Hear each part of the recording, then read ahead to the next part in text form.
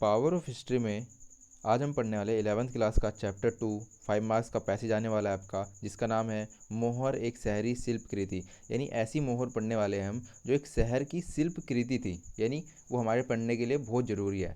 होता क्या है, भारत की बात कर रहे हैं। भारत में प्राचीन काल में पत्थर की मोहरें होती थी। ठीक है, प्राचीन काल में पत्थर की मोहरें होती थी। जाहिर सी बात है, उस समय धातुओं का डिस्कवरी तो हुई नहीं थी उस वक्त। ठीक है, जिन पर चिन्ह अंकित थे, कोई ना कोई संकेत अंकित थे।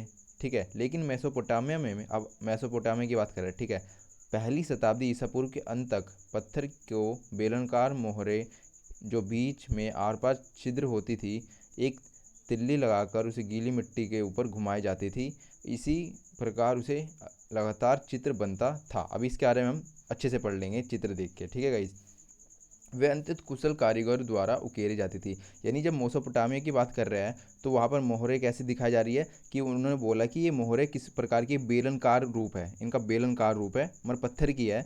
ऐसे गीली तिल्ली लगाकर गीली मिट्टी से घुमाते हैं और उससे चित्र बनता है। और इसके लिए किन की ज़रूरत होती है? कुशल कारीगर। यानी ये आम जो कारीगर होते हैं, लेबर मजदूर, वो नहीं कर सकते। कुशल यानी प्रोफेशनल कारीगर की ज़रूरत होती है।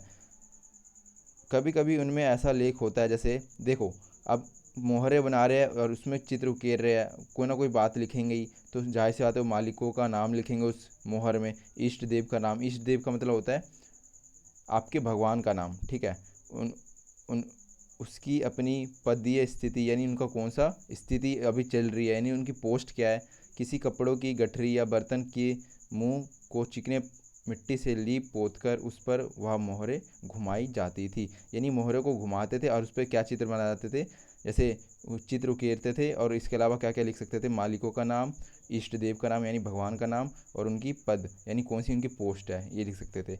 इसमें उसमें अंकित लिखावट मिट्टी की तरह छप जाती थी। इस तरह गठरी या बर्तन में रखी वस्तुओं को मोहर लगाकर सुरक्षित किया जा सकता था। जब इस मोहर को मिट्टी की बनी पट्टिका पर लिखे पत्र पर घुमाया जाता था, तो वह मोहर उस पत्र को प्रमाणित की प्रकृति यानी प्रतीक बन जाती थी। यानी एक तरीके से ये प्रतीक देने के लिए यूज किया जाता था और घुमाया जाता था, और मोहर उस पत्र को प्रमाणित की प्रतीक बन जाती थी। इस प्रकार मुद्रा सार्वजनिक जीवन में नगरवासियों की भूमिका को दर्शाती थी। यानी एक तरीके से अगर वो मोहर किसी यानी वस्तु पे लगा दी जाए तो वो उससे परिणामिक यानी ऑथेंसिटी मिल जाती थी उन्हें, यानी रियलिटी मिल जाती थी कि वो मटेरियल रियल है, यानी उस जगह से, जिस जगह से भेजा गया है वहीं से आया है। यानी इसी को कहते हैं मोहर। ठीक है गाइस, अब हम बात करते हैं मोहर की चित्रों में। देखो, आप देख सकते हैं मोहर, जैसे हम इन्होंने बात की कि जो हड़प मेसोपोटामिया वाली जो मोहर है वो गोल प्रकार की है, जैसे गोल बना रखी है। ठीक है गाइस, गोल है, और इसमें क्या करते, तिल्ली लगा के घुमाया जाता था, और घुमाने के बाद क्या करते थे, और इसमें क्या करते थे, चित्र बनाए जाते थे। ठीक है, आप देख सकते हो बैल के चित्र बना रखे हैं, किसी जानवरों के चित्र बना रखे हैं इन्होंने। इसके अलावा राजाओं के चित्र या हंटिंग करने का जो दृश्य है वो भी बना रखा है। ठीक है गाइस, यह था हमारा मोहरे एक शिल्प कृति चैप्टर 2। आई होप गाइस आपको समझ आया हो। यानी एक तरीके से मोहर का यूज किया जाता था वस्तु को प्रमाणित करने के लिए, यानी उसका जो रियलिटी है उससे दिखाने के लिए, प्रामाणिकता को प्रतीक था यह। रियलिटी है कि नहीं, और मोहर लग गई उस वस्तु पे तो वो क्या है, यानी मोहर लग गई मतलब उस पर कोई चित्र बना हुआ वो छप गया उस पर।